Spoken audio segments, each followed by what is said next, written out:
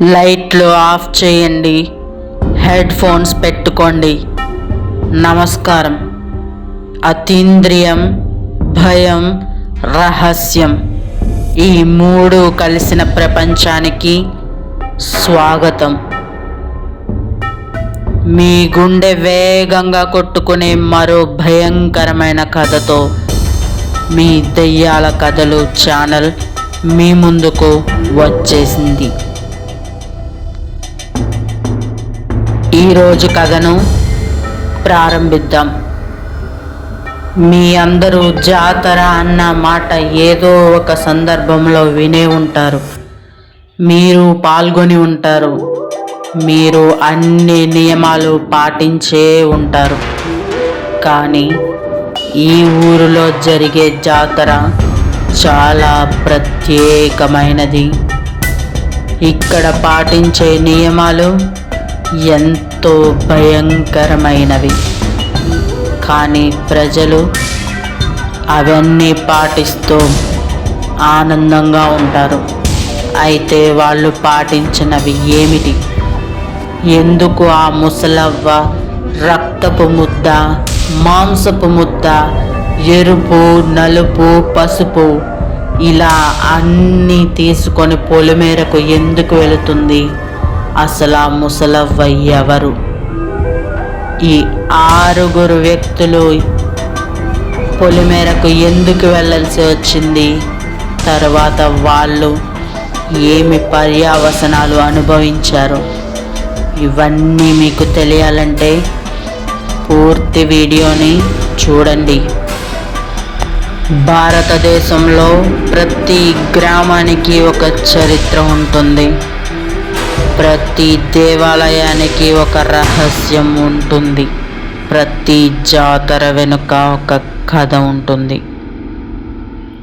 కానీ కొన్ని గ్రామాల్లో ఆ కథలు పుస్తకాలలో ఉండవు. వృద్ధుల గుండెల్లో, పెద్దవారి మనసుల్లో, ఆచారాలలో మాత్రమే ఉంటాయి. అలాంటి ఒక గ్రామమే వెలిగండ్లపల్లి.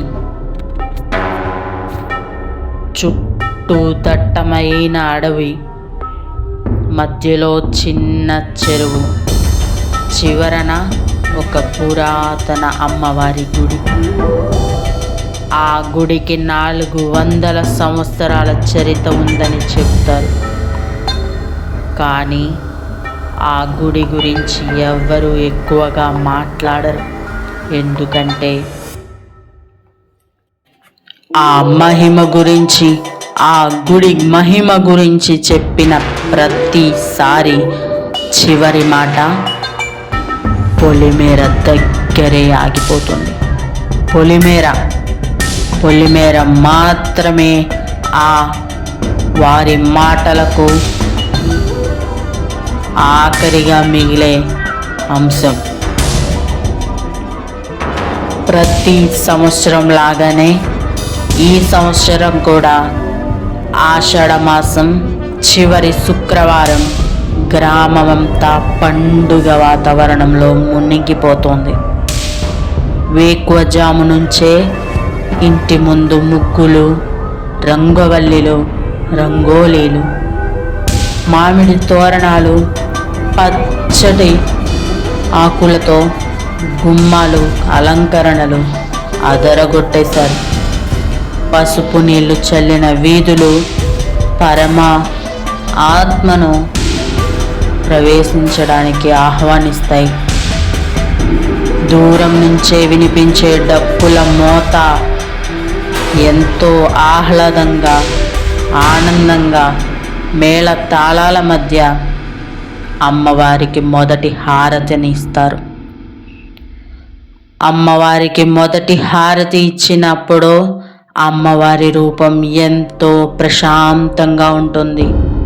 పూల అలంకరణలతో నిండుగా గాజులు, బొట్టు, పసుపు, కుంకుమ, కాయలు, పండ్లు అన్నిటితో అమ్మవారు ఎంతో నిండుగా కనిపిస్తారు. వందలాది కొబ్బరికాయలు కొడతారు. స్త్రీలు బోనాలు సమర్పిస్తారు.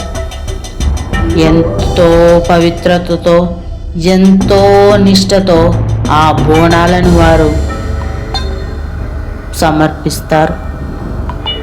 పిల్లలు కొత్త బట్టలు వేసుకొని ఆనందంగా తిరుగుతారు.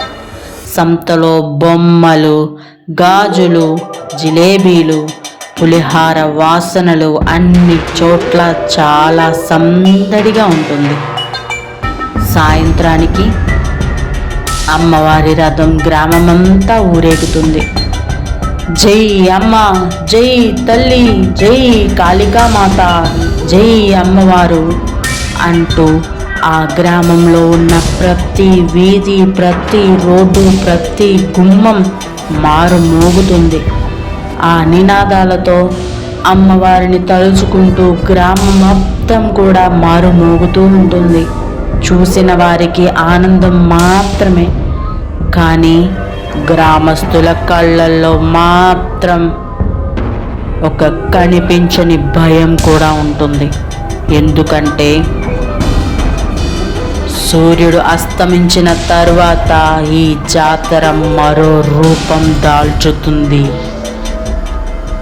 సాయంత్రం 7 గంటలు దాటగానే గ్రామ పెద్దలు చిన్న పిల్లలందరినీ ఇళ్లలోకి పంపించేస్తారు. ఎవ్వరూ తలుపులు తీయడానికి వీలు లేదు. ఎవరి ఇళ్లలోకి వాళ్ళు వెళ్ళి తలుపులు గట్టిగా వేసుకోవాలి. ఏ శబ్దం వచ్చినా, ఏ రణ గొన ధ్వనులు లేకుండా అన్ని గుమ్మాలు కూడా తాళాలు వేసి మూసుకుపోతాయి. గ్రామానికి వచ్చే అన్ని దారులను ఎంత బలమైన వస్తువులు వాళ్ళ కంట పడితే అంత బలమైన వస్తువులతో, పెద్ద పెద్ద దుంగలతో దారులన్నీ మూసివేస్తారు. 9 గంటలకు గ్రామ సరిహద్దుల్లో వేపాకులు, నిమ్మకాయలు, పసుపు, కుంకుమతో ప్రత్యేక పూజ చేస్తారు. ఎవ్వరూ ఆ పూజ దగ్గరికి మాత్రం వెళ్ళరు. ఎవ్వరూ ప్రశ్నలే అడగరు. ఎందుకంటే ఆ పని తరతరాలుగా ఒకే కుటుంబం చేస్తూ వస్తుంది. 10 గంటలకు గ్రామమంతా దీపాలు వెలిగిస్తారు. 11 గంటలకు గుడి గంటలు మోగడం ఆరంభమవుతుంది. అదేవిధంగా గ్రామమంతా దీపాలు వెలుగుతూనే ఉంటాయి. ఎప్పుడైతే గుడి గంటలు మోగడం ఆగిపోతుందో, డప్పుల శబ్దం నిశ్శబ్దమవుతుందో, జాతరలో ఉన్న జనసందడి అంతా ఒక్క క్షణంలో మాయమవుతుంది.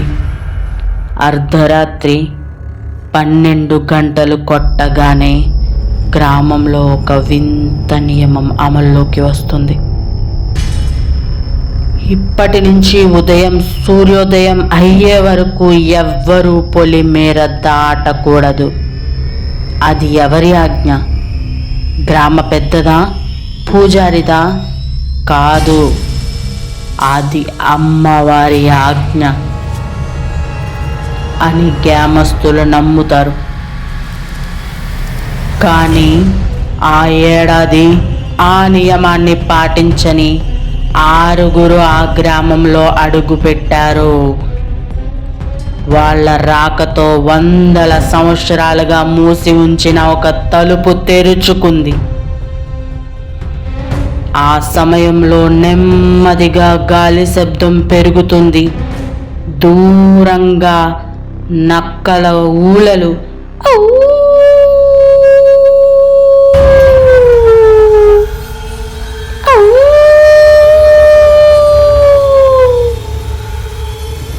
దూరంగా గజ్జల శబ్దం,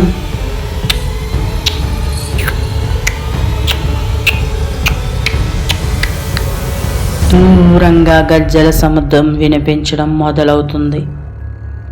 డప్పుల శబ్దం, జాతర సందడి, పిల్లల నవ్వులు క్రమంగా రాత్రి నిశ్శబ్దంగా, నిశితంగా కసి రాత్రి చీకటి కమ్ముకుంటుంది. ఆ నిశ్శబ్దం కూడా భయంకరంగా ఉంటుంది. ఆ ఏడాది వెలగండ్లపల్లి అమ్మవారి జాతరకు చుట్టుపక్కల గ్రామాల నుంచి వేలాది మంది వచ్చారు.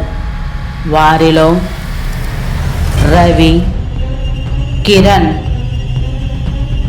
సతీష్, మధు, భరత్, నవీన్ ఇలా 6 స్నేహితులు ఉన్నారు. వాళ్ళు చిన్నప్పటి నుంచే ఈ జాతర గురించి వింటూ పెరిగారు.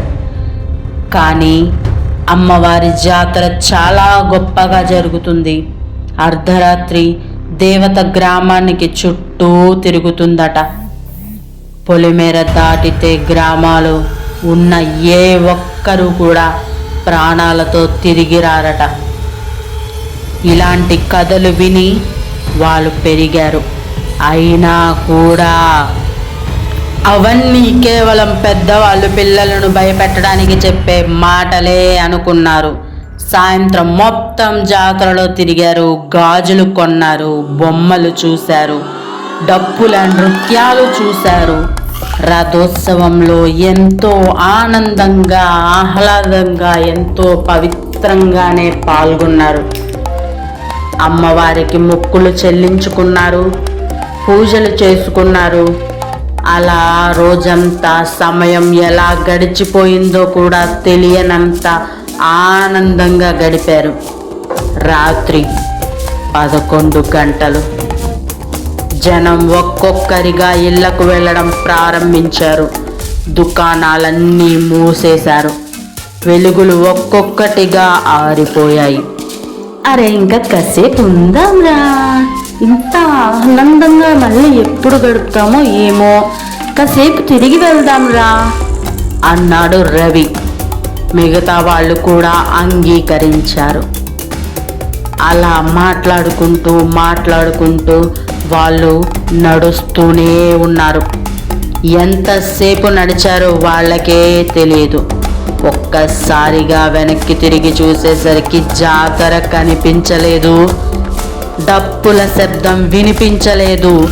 జనం ఒక్క పక్షి, ఒక్క మనిషి ఆనవాలు లేకుండా మాయమైపోయినట్టుగా అంతా కనిపించడం లేకుండా పోయింది. చుట్టూ దట్టమైన చెట్లు మాత్రమే.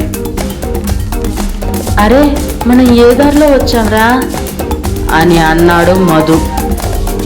ఎవ్వరూ సమాధానం చెప్పలేకపోయారు. ఎందుకంటే వాళ్ళు ఎక్కడున్నారో వాళ్ళకే తెలీదు. గబగబా మొబైల్ తీసి చూశారు. దానిలో సిగ్నలే లేదు. గూగుల్ మ్యాప్ కూడా తీశారు. అది కూడా పని చేయట్లేదు.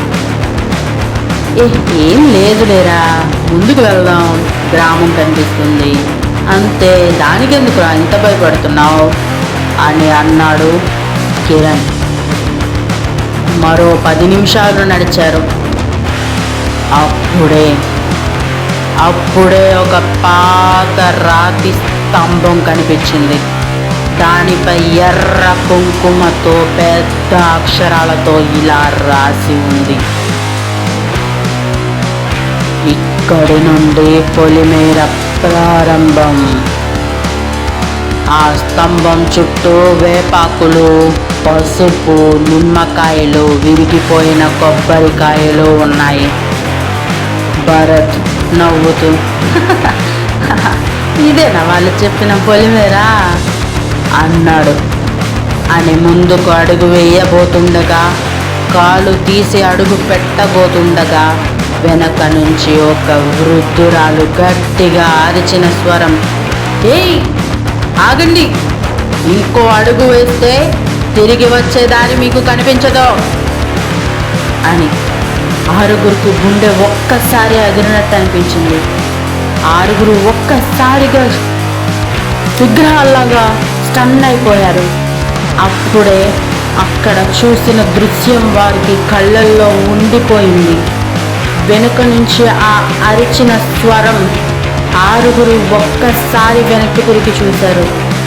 చేతిలో చిన్న నూనె దీపం, తెల్లని జుట్టు, నుదుటి నిండా పసుపు కుంకుమ, 80 ఏళ్లకు పైబడిన ఒక ముసలమ్మ అక్కడ నిలబడి ఉంది.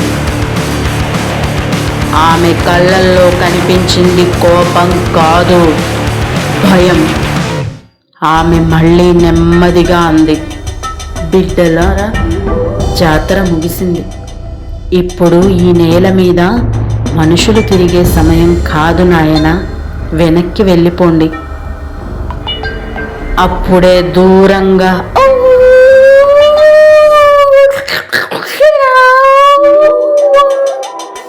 అంటూ ఏవేవో వింత శబ్దాలు మొదలయ్యాయి. దూరంగా గజ్జల శబ్దం వినిపించింది. ఆ శబ్దం వారి వైపే వస్తుంది.